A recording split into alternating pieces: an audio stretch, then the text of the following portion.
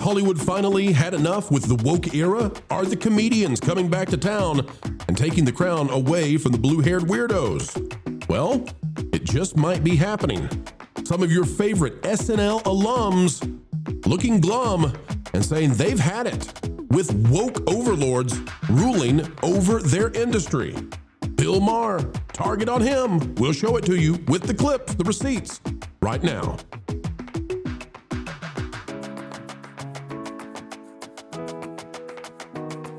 Hello, folks, and welcome back yet again to another video of excellence. Today, we're talking about entertainment, as we always do, and bringing you a PhD level of understanding into what's really going on in the hallowed halls of Hollyweird. No tuition is required. You're all on scholarship just by being here. Click the like button, drop a comment down below, and let us know your thoughts. And folks, here we go. All right, folks, Hollywood has finally gotten tired of the woke-pocalypse. They're done with it. They're over it. And it's starting with the comedians. David Spade and Dana Carvey literally deflate as Bill Maher tells them that the Golden Globes now have a podcast category and they're only nominating woke content. We'll go to it right now, folks. This is the story. We may miss a few of the bleeps here. We try not to do language on the channel. If you got kids around, this would be the time to take a 3-minute break. We'll play it. We'll try to miss this stuff, but here we go. Here's Bill Maher with the comedians, the alums from SNL. And notice as we do this, just how much everybody outside of the Mark Ruffalos of the world and the comedians on late night today, notice how much they hate what woke has done to their industry. Did you see that there's a podcast category at the Globes?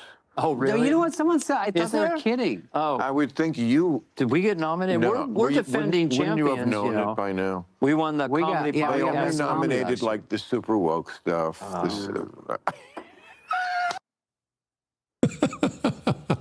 It's out in the open, guys. They really do despise what has happened. That's not all, though. That's example number one, and they go way beyond. But example number one, Bill Maher continuing this, and actually Joe Rogan Podcast News is the one posting this one. Tim Allen, Disney superstar, appears with Bill Maher. They talk about climate change. Again, Hollywood, outside of the Jimmy Kimmels of the world, they're sick of woke. Here's what they had to say recently in the past, I don't know, a couple of days with Tim Allen and Bill Maher. Well, you know who did it And I'm best? You know who said it best was the Terminator, Schwarzenegger. And he said it by one of those things that you want to get annoyed by him. And nobody gives a shit about climate change. He said that. Remember he said it? Because good. nobody cares about climate change. Pause. Pollution, we understand. The word right. climate change is so broad, that you go, Yes. oh, we can't. Right. Pollution. You can handle pollution. Things of that nature. And I so agree with them. Climate change is real. I get it. What can I do about it? Right. Use less plastic. I put solar on my house. Anything I can do to lower my carbon footprint. Well, all that that you did, Tim, didn't add up to 1/1,000,000th of the trips you've taken on that. And I took Here we just go on your... again. No, but it's true. But, you know... You can't private plane shame me. But no, I don't, that was the point of the bit I did. Yeah. I was saying, like, we have tried this. I'm an environmentalist. I believe it's a problem. But, you know, using a cloth bag is not going to fix it. That's and it. the plastic, by the way, that everyone separates, like 95% of it winds up where it was going to anyway. Which is the ocean. So just don't with me. All right, we'll stop there, folks. Apologies on the language it did get through. But one of the things that was so amazing about the clip we've got here where he's with Spader and Dana Carvey. Hey, can he come tell that recycling thing to my wife, please? It feels good. I put a aluminum can where it's not supposed to go. You know, it feels good to believe that those things are going, you know. Anyway, what's funny to me is essentially what sends this clip into where they are, where these guys, the woke facade comes down and they just basically say, we can't stand it. We can't stand it. Is he talks about the wildfires, which were not wildfires. That's just a word. I am angry at myself for starting to say that. I fell into their spiel, right? Those were not wildfires. That was a guy with a match who lit a fire in residential areas, and it burned down an area in Los Angeles the size of the city of Paris. Bill Maher brings that up. That's what started this whole thing off with these guys, these SNL alum. Everybody is sick of it now, right? That wasn't climate change. That was an arsonist. And there have only been 7 homes rebuilt. As we just covered recently, there's a giant exodus out of California. People are moving out. The real estate is collapsing. You can't tell jokes anymore. Tim Allen's on there with him saying, you know what?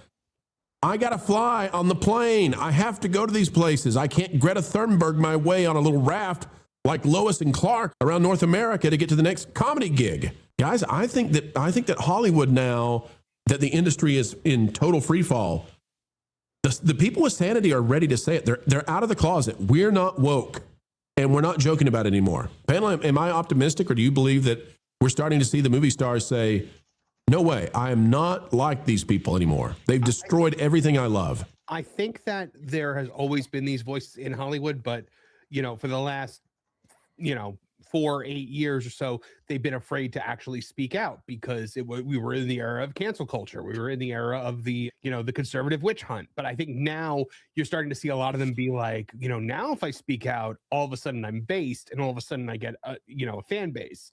So yeah, I think a lot of them are kind of strategically right now coming up with it a lot. I saw Whitney Cummings was on Joe Rogan recently, and she went ballistic. She ripped liberals and wokeness to shreds. So yeah, I think that we're starting to get actual pushback from within Hollywood. And I think that the OGs, I guess for lack of a better term, who were the ones that were canceled, like James Woods, like Kevin Sorbo, like Zachary Levi and Rob Schneider, they are going to be vindicated.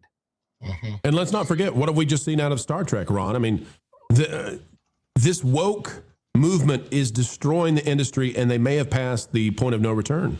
And I hope they have it. I think there's a way to get back audience, but I think what we see happening is that there are the Mark Ruffalo's of the world who say things so over the top to the left that the right has been like, okay, if they're going to go that far, and they're just not going to care, and they're literally going to.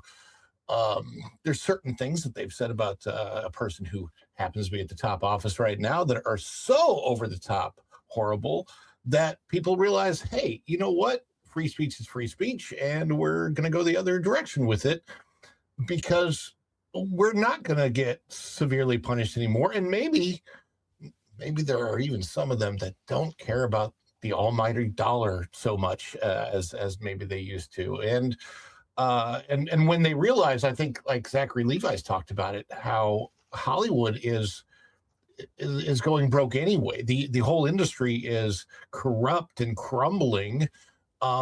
Maybe there could possibly be something that comes out of the rubble, if you will, a phoenix from the ashes or something. And I think every voice needs a chance. And certainly, when you look at the industry, you've talked to guys like LW Ghost and such, you realize that maybe a lot of the actors were certainly poised on the left, but a lot of the people that work in the industry, as far as the gaffers and the lighting and everybody that makes the actors look good, a lot of those people were, basically, I wouldn't necessarily say on the right, but kind of common sense in the middle, down to earth people that just wanted their jobs and wanted to go home to their families afterwards. Let's talk about how bad it is. And this is why, and it's a shame that it took this. It's a shame that we had to go all the way to here before a lot of people were willing to speak out. But now that the industry is crumbling, now they're willing to say this. Breitbart has this, and I know some people say, well, it's Breitbart, so they're going to be biased. Well, we put the Mary Sue up here, and we put Huffington Post up here. We are an equal opportunity fact finder. Breitbart says Hollywood death spiral, bank to foreclose on historic TV studios after loan default. This is by Warner Todd Houston, I believe. A bank is set to take over ownership of a historic Los Angeles TV and film studio because the current owner has defaulted on $1.1 billion loan as Hollywood continues its collapse. Goldman Sachs is reportedly on the verge of taking control of the famous Radford Studio Center in Studio City, California, because Hackman Capital Partners can't seem to come up with the cash to stay current on its mortgage, according to the Wrap. Now, we've been covering this, that these studios no longer have occupancy. They used to be 90 to 95% occupied. Now they're less than 50%, many of them. We've covered the fact that real estate prices are collapsing in California.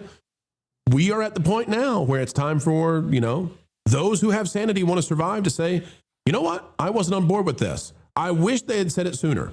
Some did. They were canceled. Hey, James Woods, we're looking at you, right? Hey, Kevin Sorbo. We know the folks who were canceled. We know who was removed. But now it's all doom and gloom in Hollywood. And there's going to be a lot of blame happening.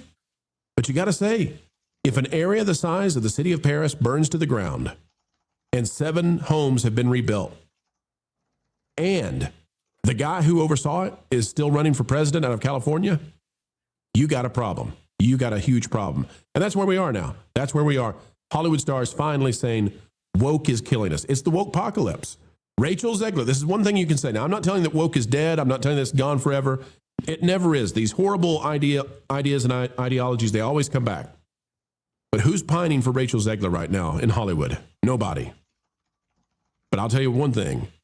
Dana Carvey and these guys, they can come out, they can say these things. Spade can come out and say these things now, and they're not canceled anymore.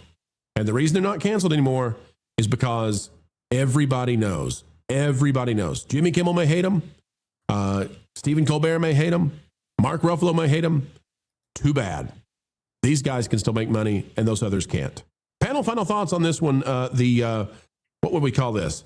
The escape of sanity out from the woke hatred that's in California. Final thoughts on it.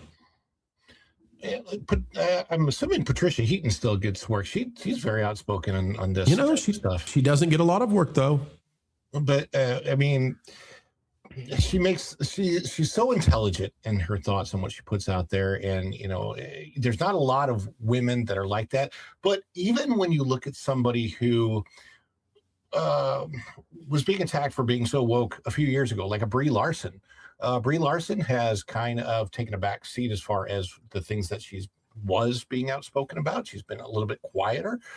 She's getting some jobs now, and she's gonna be a princess in the Mario movie. And I think some of the people are learning that it really doesn't help to be a Mark Ruffalo or what's the actor's name? The classic actor who always comes out and is talking Sean about Penn? Not Sean Penn. I don't know why I can't think of his name. The mob. De Niro. De Niro, yeah.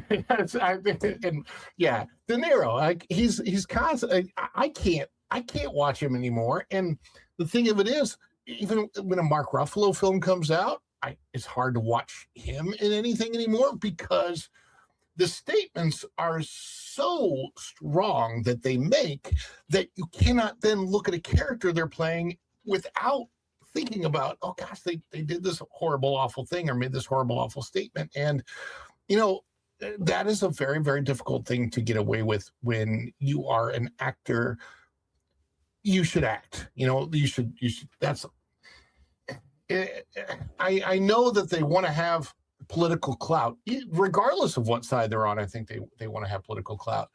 And some of the ones that have, they're past it in their careers, they don't care so much anymore, and they'll be on the right or the left. But it's like, I would rather not hear aside from any of them and just watch them act and watch them do their job so that I can get lost in a character that they're playing rather than anything that I might have heard politically on the side. Let me pull up one more clip. You're exactly right, Ron, and I think this will add to it. One more clip from Bill Maher. This is them talking about how the award shows now will only select woke people to be the recipients of the awards in Hollywood. And you can just tell, like, if this is how average Hollywood celebrities feel about this, then it's over. The tide is turned. Here's a little bit more. Yeah, I'm sure there were good shows, but it was glaring that Joe Rogan was not nominated for Best Podcast. Yeah. I mean, it is kind of popular, and it is known. It is known. He's absolutely brilliant at what he does. And he's very good at what exactly. So you're going to have an inaugural podcast category, and you don't have.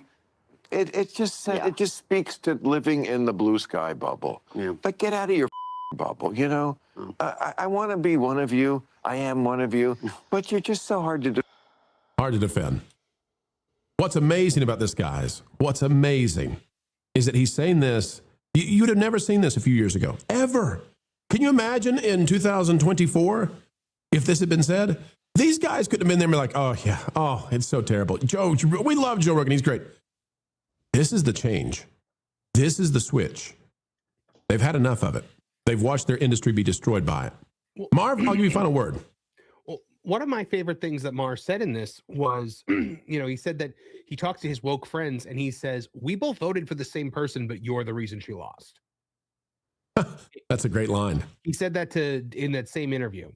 And I think that he's 100% right. I think I think Bill Maher, as a liberal, realizes that the biggest issue plaguing liberals right now is that most people in the middle, in the sensible center, are fed up and done with this. And they don't want to see all of this thing. And now it's not helping matters when church services are getting shut down, and things like that, because people are protesting against the government.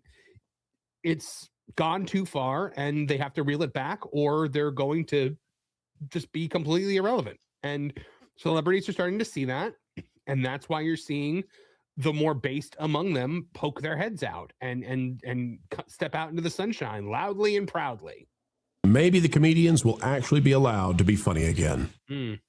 Often as we get ready to wrap these up, folks, you'll hear us say, keep learning, keep growing, keep having fun. And the reason we do it is because we appreciate you. It's true, we do. And we want you to have a good time. Thank you for giving us the great time of spending time with you. Folks, on the way out the door, consider clicking that like button, share, subscribe, click it and stick it to the algorithms. It's the notification bell, and drop a comment down below, because you matter. Your thoughts matter. Who cares what the legacy corporate deadbeat media tells you? You really are important. And we're a testament to that. We wouldn't be here without folks just like you. And since we've said it, we'll say it once more. Folks, wherever you are and whatever you're doing, keep learning, keep growing, and as always, keep having fun.